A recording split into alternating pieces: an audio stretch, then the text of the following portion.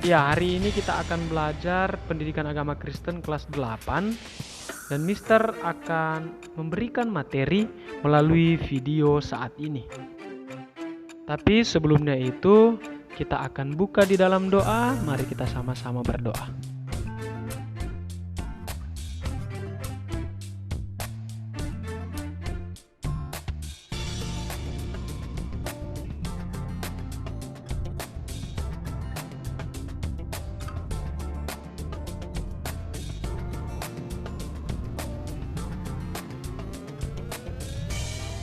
Oke, saatnya kita belajar.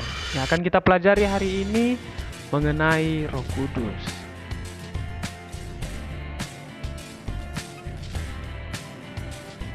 Ya, Mister akan mereview kembali pembelajaran yang sudah kita pelajari minggu kemarin, yakni dalam perjanjian lama, Roh Kudus itu disebut dalam bahasa Ibrani Ruach HaKodes. Sedangkan dalam perjanjian baru, kita mengenal Roh Kudus yang disebut dengan Pneuma atau Parakletos. Dan kita lanjut pada bagian C, yaitu kepenuhan Roh Kudus. Kepenuhan Roh Kudus adalah hidup dikuasai dan dikendalikan oleh Roh Kudus. Artinya, ini hanya akan terjadi pada orang-orang yang menyerahkan hidup sepenuhnya kepada Tuhan. Kita lanjut di dalam bab 7 mengenai pekerjaan Roh Kudus. Di sini di bagian pertama ada Roh Kudus menyertai, kedua Roh Kudus memperlengkapi, dan yang ketiga Roh Kudus mempersekutukan.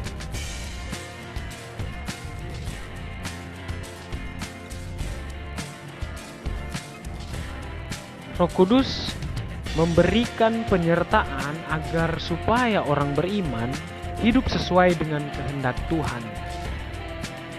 Karena itu Roh Kudus sering disebut dengan Parakletos, yang berarti pembela, pengantara, pendamping, pendorong, penguat, pelindung, penghibur, dan juga Roh Kudus sebagai penolong. Yang kedua, Roh Kudus menyertai sebagai penghibur. Kata penghibur berasal dari kata Parakletos, yang berarti comforter, penghibur atau advokat, penasehat, yang berasal dari konsep pengadilan Romawi kuno, ketika seorang tersangka diharapkan mampu membela dirinya sendiri di hadapan hakimnya. Tersangka berhak meminta seorang ahli dalam bidang hukum untuk mendampingi dan memberi nasihat hukum selama proses pengadilan. Roh Kudus mendampingi orang beriman untuk memberikan penghiburan dan nasihat agar dia dapat menjalani hidupnya sesuai dengan yang Tuhan inginkan.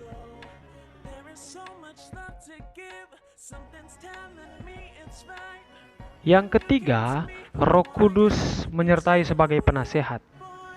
Roh Kudus mengajar dan menuntun orang beriman untuk hidup di dalam kebenaran, mengenal kebenaran, dan juga mengerti apa yang namanya kebenaran.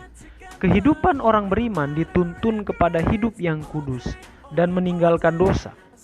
Artinya, Roh Kudus memimpin orang beriman kepada kesetiaan dalam kekudusan hidup. Yang keempat, Roh Kudus menyertai sebagai pelindung. Ada kisah seorang nabi yang bernama Bileam, yaitu nabi Israel, yang diutus oleh Raja Moab, yaitu dengan menyuruh Bileam untuk mengutuk bangsa Israel agar supaya kekuatan-kekuatan Israel itu bisa kalah, karena Raja Balak takut terhadap bangsa Israel pada zaman itu. Tapi bukannya kutuk yang dikatakan oleh Bileam, tetapi berkat yang dikatakan oleh Bileam. Allah menghalang-halangi Bileam bukan berarti Allah takut terhadap kutukan, tetapi Allah ingin memberikan pelajaran terhadap Raja Balak, bahwa ketika Tuhan menyertai, Tuhan berkuasa untuk melindungi umatnya yang Dia kasihi. Itulah Roh Kudus yang menyertai, ada 4 hal. Sekarang kita masuk pada Roh Kudus memperlengkapi. Di dalam Roh Kudus memperlengkapi ada dua bagian. Bagian yang pertama yaitu Roh Kudus memberi kuasa.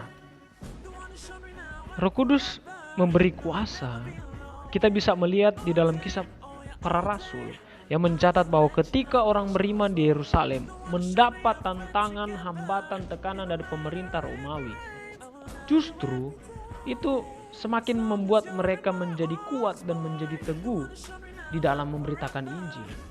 Oleh karena itu, setiap orang yang beriman kepada Tuhan Yesus akan diberi kuasa agar dapat bersaksi tentang Yesus kepada orang lain. Di bagian kedua dalam Roh Kudus memperlengkapi, Roh Kudus memberikan karunia. Kata karunia dalam bahasa Yunani disebut dengan kata karisma, yaitu karunia roh. Karunia merupakan kebaikan Allah atau kemurahan Allah kepada orang percaya agar mereka dapat menunaikan panggilannya dengan baik. Ada bermacam-macam karunia.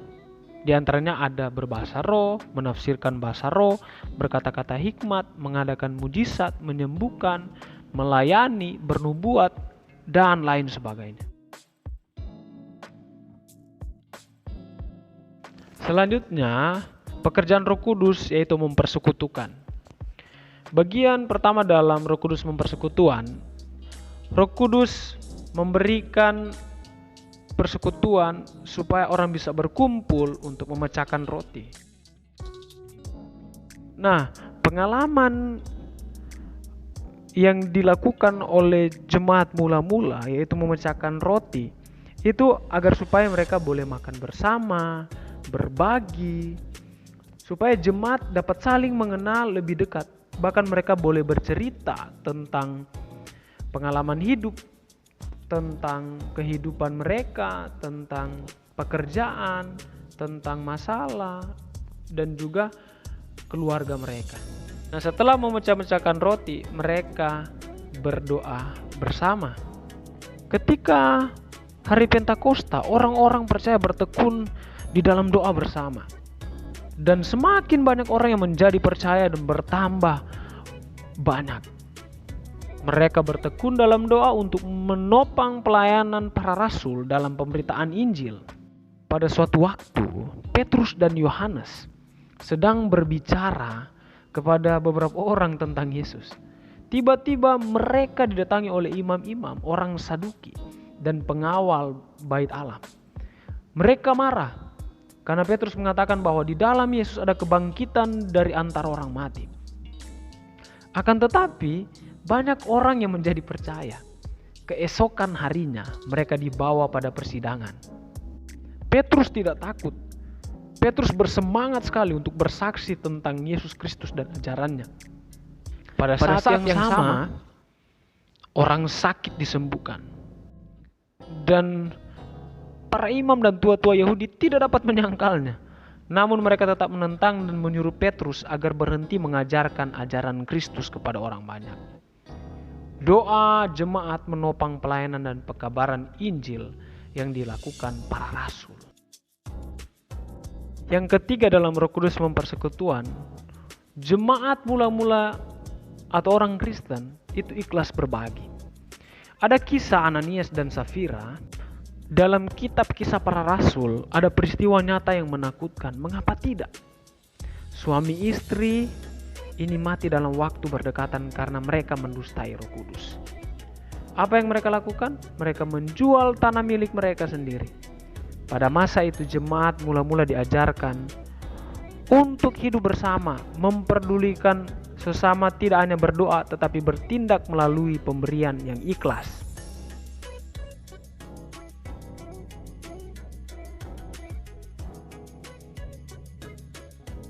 Dan yang keempat, dalam Roh Kudus mempersekutuan, Roh Kudus menyelesaikan perselisihan. Perbedaan pendapat adalah hal yang biasa dan wajar. Pada saat Paulus, Barnabas dan Markus dalam perjalanan pelayanan Paulus dan Barnabas, Paulus ingin melanjutkan perjalanan dari Antiokhia untuk mengunjungi jemaat-jemaat yang pernah mereka kunjungi. Barnabas ingin membawa serta Markus bersama mereka. tetapi Paulus tidak setuju. Sekalipun mereka berbeda pendapat, namun akhirnya Barnabas pergi membawa Markus, sedangkan Paulus bersama-sama dengan Silas.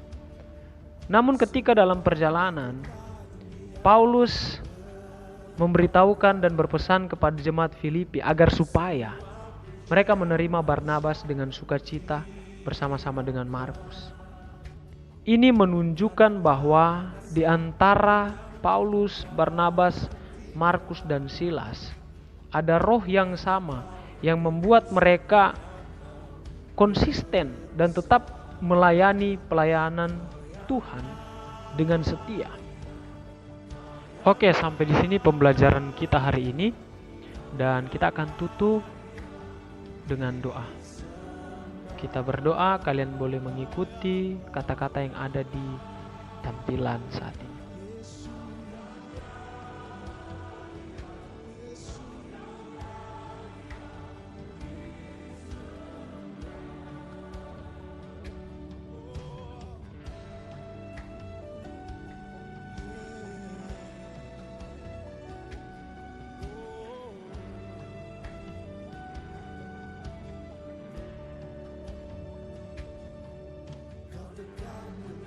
Oke, selesai berdoa dan selesai kalian belajar melalui materi video yang Mister share hari ini.